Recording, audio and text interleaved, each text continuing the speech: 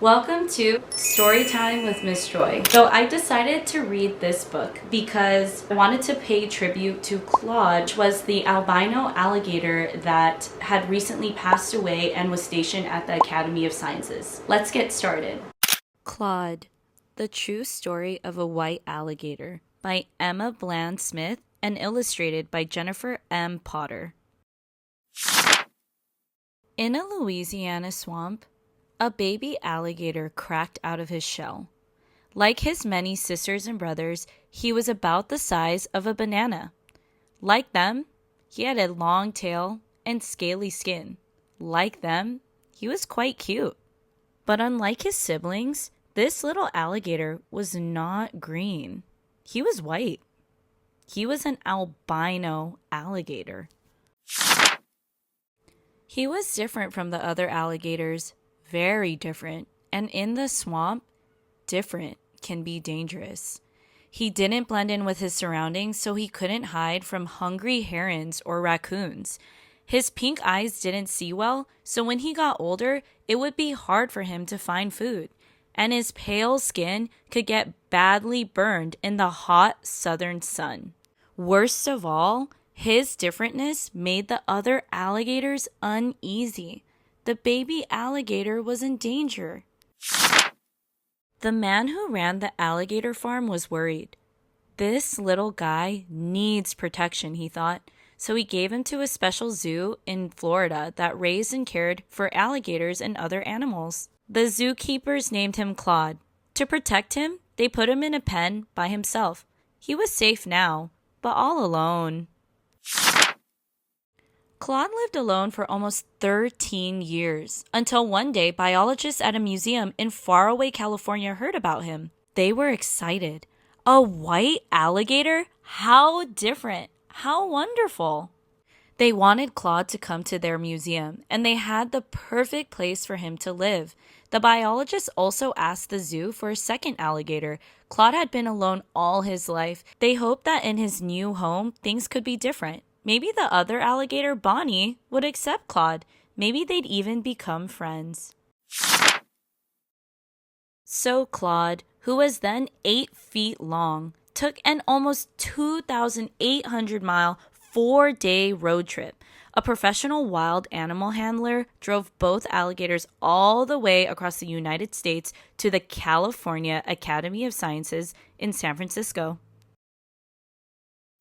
When they arrived, a crowd of museum staffers were waiting to welcome them. When the handler let Claude out of his crate, smiles and cheers spread through the audience. A special team of biologists gave both alligators a physical exam to make sure they were okay after their long trip. They were in great shape. Then the biologists moved the alligators back into their crates and lowered them into the museum's swamp habitat. The crowd watched anxiously. Would Claude like his new home? Would he and Bonnie get along? Claude explored his new swamp. It was warm. It had plants and trees and a fancy heated island. Over the next few months, Bonnie and Claude shared their swamp. They swam together. They ate together. They even shared the heated island.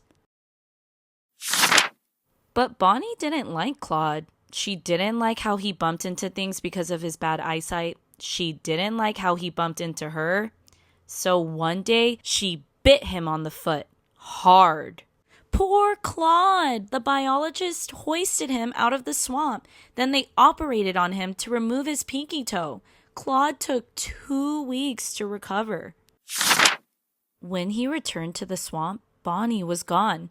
The biologist had sent her back to Florida. Once again, Claude was all alone. Or was he?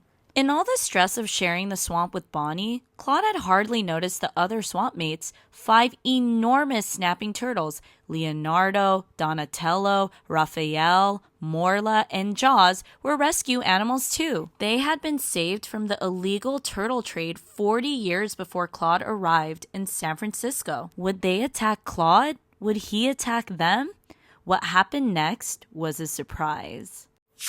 They became friends. After all, they enjoyed the same things, like good food, a new toy, turtle being cleaned by fish, Claude getting his monthly shower and massage, and bath time.